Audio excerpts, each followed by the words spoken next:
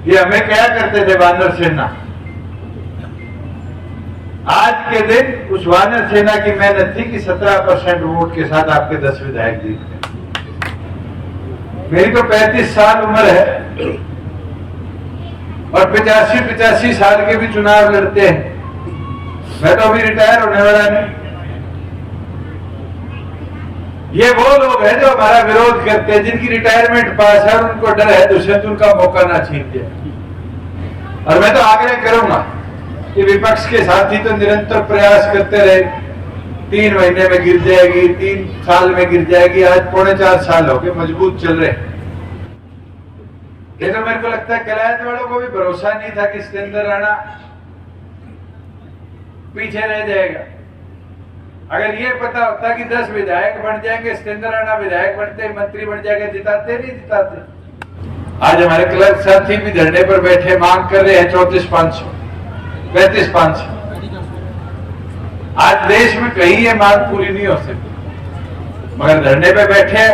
नुकसान किसको हो रहा है? आम जनता को, सरकार को नहीं। इस बरादरी का कोई भी आदमी वहां काम के लिए जाए तो किसी भी साथ आसपास से आए सारी माताएं बहनें, आप सभी का धन्यवाद करते हैं कि आप लोगों ने एक बता दिया 12-13 महीने इस सरकार की ओर बाकी है। सरपंच साहब काम में ना तो कोई कमी छोड़ी, ना आगे भी छोड़ते। जो काम हुए हैं उसका ब्यौरा कभी कोई सरपंच नहीं देता। ये ब्यौरा जरूर दिया जाता है कि ये काम रह गए। आपके 3.5 करोड़ की सड़क नहीं बनी गांव से, टेंडर हो गया सोंगल से आपके गांव तक। और तो और ये जो हमारे तितरा मोड़ से लेके जींद और आगे हांसी तक की सड़क थी, इसकी हालात क्या थी?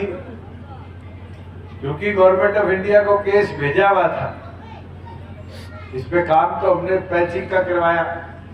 और आज खुशी के साथ कह देता हूं कि 78 करोड़ की लागत से इसकी भी मंजूरी आने वाली है कि ये पूरी 4 लेन। और हमारा तो प्रयास है, चाहे सरपंच थे नहीं थे, कोरोना किसान आंदोलन था नहीं था, आप पहले भी सरपंच रहे, आज भी सरपंच। और एक नई चीज जो कोई सरपंच सरकार की बढ़ाई नहीं करता, मेरे द्वारा प्रावधान किया गया। पहले सरपंच घुमा करते थे कि 1 रुपया गांव के पास आमदनी है तो सरकार के पीछे को पैसा मिल जाए। आज तो सरपंच को 1250 रुपया प्रति व्यक्ति गांव का स्टेट फाइनेंस कमीशन का खाते में आ जाता है। और ऐसी कोई पंचायत में अगर 1000 की आबादी है तो 12,50,000 रुपया उसके खाते में ना आया। ये पहली बार हुआ और ये इसलिए मुमकिन हो पाया कि पंचायती राज संस्थाओं को और ताकत देनी। आज गांव में मांग आती है लाइब्रेरी की, कम्युनिटी सेंटर की। ये दिशा नहीं मिली कि गांव विकसित कैसे। आपके यहाँ पर व्यायामशाला की एक मांग है कि सरकार ने 1000 व्यायामशाला पहले निर्माणाधीन करी और जैसे ही व्यायामशालाओं का दूसरा फेज शुरू होगा, ये मेरा वादा है, प्रायोरिटी के तौर पे पहला गांव आपका शुरू। जहां गांव के इस हाईवे वाले पैच पे लाइट लगाने की बात, ये कल आप हमारे PWD-SC को लिख के दे दो कि बिजली का बिल जो लाइटों का है वो ग्राम पंचायत भरती रहेगी। अगले 2 महीने में इसका भी टेंडर करा के आपके इसमें लाइट लगा। मैंने कई गांवों में पहले प्रपोजल भिजवाए, राजू खड़ा है, इसके पुंडरी में सबसे ज्यादा गए, प्रपोजल अप्रूव हो गए, टेंडर हो गए। जब गांव में लगाने गए, सरपंचों ने रेजोल्यूशन दे दिया बिजली का बिल हम नहीं भरेंगे। अब जो पंचायत अपने गांव की रोशनी का बिल नहीं भर सकती, फिर उनमें प्रोजेक्ट टेकअप कैसे करें? हमारा तो प्रयास है आगे, क्योंकि महंगी भी पड़ती है, सोलर वाली लगा दे कि जैसे दिन उगे बंद हो जाए और जैसे दिन छिपे चानना हो, और उसकी कीमत 5 गुना है और चोरी भी उतनी ज्यादा होती है। सरपंचों ने कईयों ने लगाई थी, आज बैटरी नहीं है गांव में। मगर हर रोज नई टेक्नोलॉजी आ रही है और हम प्रयास कर रहे हैं जो लेटेस्ट होगी उसके माध्यम से गांव को भी जगमग करने का हम काम करेंगे। यहाँ आपके गांव के अंदर आंगनवाड़ी भवन नहीं है, ये मैं इमीडिएटली टेकअप भी कराऊंगा WCD विभाग से कि जल्द से जल्द देवबंद गांव की अगर जमीन हमें उपलब्ध हो जाए तो जमीन उपलब्ध होते ही हम आपके यहाँ पर ये व्यवस्था बनाने का काम करेंगे, जिससे आंगनवाड़ी या सारी चारों अलग अलग की बजाय एक बड़े केंद्र में खाना बनने का काम। साथ में जो आपके धर्मशाला वाली बात है, मैं एक निवेदन करूंगा, धर्मशाला वर्ड यूज करना बंद। आज के दिन तो कम्युनिटी सेंटर के लिए 1 एकड़ से 4 एकड़ जमीन आप हमें उपलब्ध करा दो। जितनी जमीन कराओगे उतना बड़ा बन जाएगा, और जितना बड़ा कम्युनिटी सेंटर बनेगा फिर देवबंद के लोगों को कैथल की तरफ नहीं जाना पड़ेगा ब्याह करने, आपके यहाँ पर ही व्यवस्था हो जाएगी। साथियों, जहां अमृत सरोवर योजना के तहत तालाब के सौंदर्यीकरण की बात है, ये हमने 800 करोड़ रुपए इस साल के बजट में रखा था। लगभग 1600 से ऊपर तालाब का सौंदर्यीकरण हो चुका है और हरियाणा प्रदेश में 16,000 से ऊपर तालाब है। इसकी टाइमलाइन तय कर दी गई है। सरपंच साहब, कोई भी बुद्धिजीवी व्यक्ति पोर्ट अथॉरिटी की वेबसाइट पे जाके देखें, आपको पूरा ब्यौरा आ जाएगा कि आपके गांव का कौन सा तालाब किस महीने में खुदाई के तौर पर शुरू हो। और पंचायती राज विभाग निरंतर इस चीज को ध्यान में रखते हुए अपना काम भी कर रहा है। आज हमारे क्लर्क साथी भी धरने पर बैठे मांग कर रहे हैं 34,500, 35,500। आज देश में कहीं ये मांग पूरी नहीं हो सकती, मगर धरने पे बैठे हैं। नुकसान किसको हो रहा है? आम जनता को, सरकार को नहीं। किसी की रजिस्ट्री बंद है, किसी का डेथ सर्टिफिकेट नहीं निकलता, समस्या आती है गरीब आदमी। आज कर्मचारी को तो ये होना चाहिए कि हमारी मांग जब पूरी होगी जब हम दुगना काम करके दिखाएंगे, और आप कर दिखाओ और उसका अधिकार भी मांग के लो। साथियों, मैं तो एक चीज कहूंगा, 3.5 साल में निरंतर हमने प्रयास कर कमेरे को और गांव को कैसे मजबूत किया जाए इस पे काम किया और भरपूर आपका साथ मिला। विरोध करने वाले विपक्षी लोगों का तो काम है विरोध करना। आज उठा के देखो 50% महिलाओं की हिस्सेदारी पंचायती राज में आई नहीं है।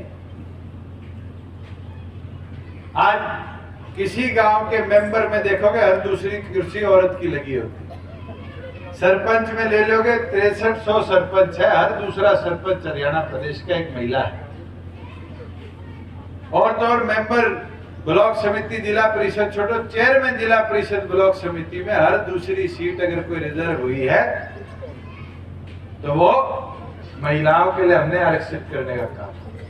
ये तो आपकी ताकत है 50%, और मैं तो इस 50% वाली ताकत में आपसे आग्रह करूंगा कि सुनीता जी का साथ देके इस ताकत को बढ़ाने का काम। हर बूथ पे एक महिला सखी दे दो। अगर हर बूथ पे एक महिला सखी आ जाएगी और अपने बूथ का काम संभाल लेगी तो हम तो यूं चौक में भाषण दे जाएंगे, ज्यादा से ज्यादा किसी के घर डोर टू डोर करके मांग कर देंगे। आपकी पहुंच तो चूल्हे तक है नहीं है, और चूल्हे तक जाकर जब वोट मांगने लग गए आप लोग तो 11 महीने की मेहनत में आपका पार्टी संगठन 0 से 17% पे 10 विधायकों पे पहुंचा।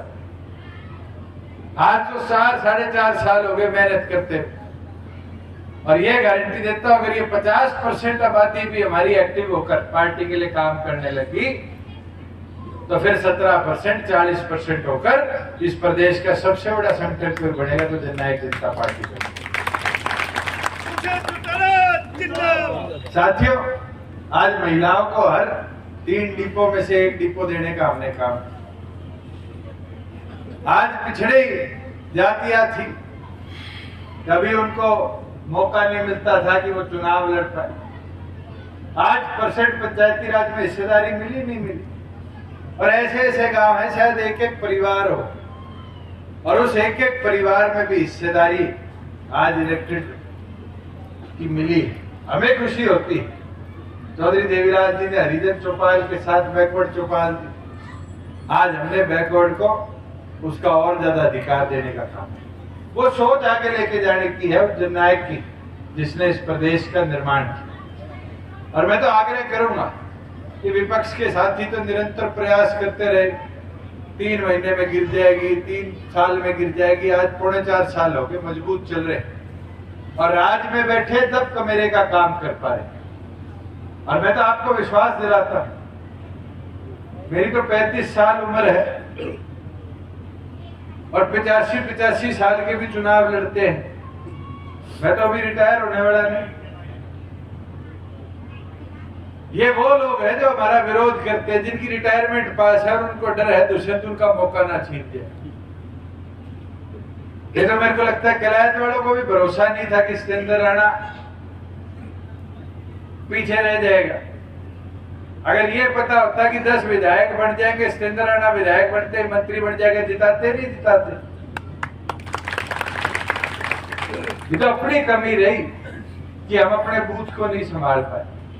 और ऐसे ऐसे गांव जिनमें हमेशा चौधरी देवीलाल जी के विचार मजबूत रहे, वो कमजोर पड़े। और मैं तो आज आग्रह करके जाऊंगा कि बूथ योद्धा पे काम करो।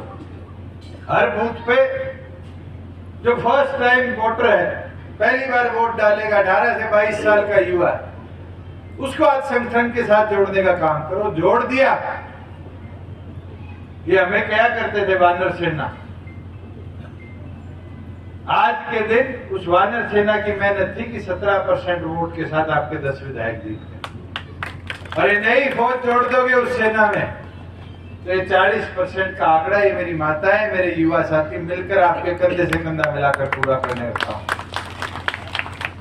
जहां आपके स्कूल की मांग थी,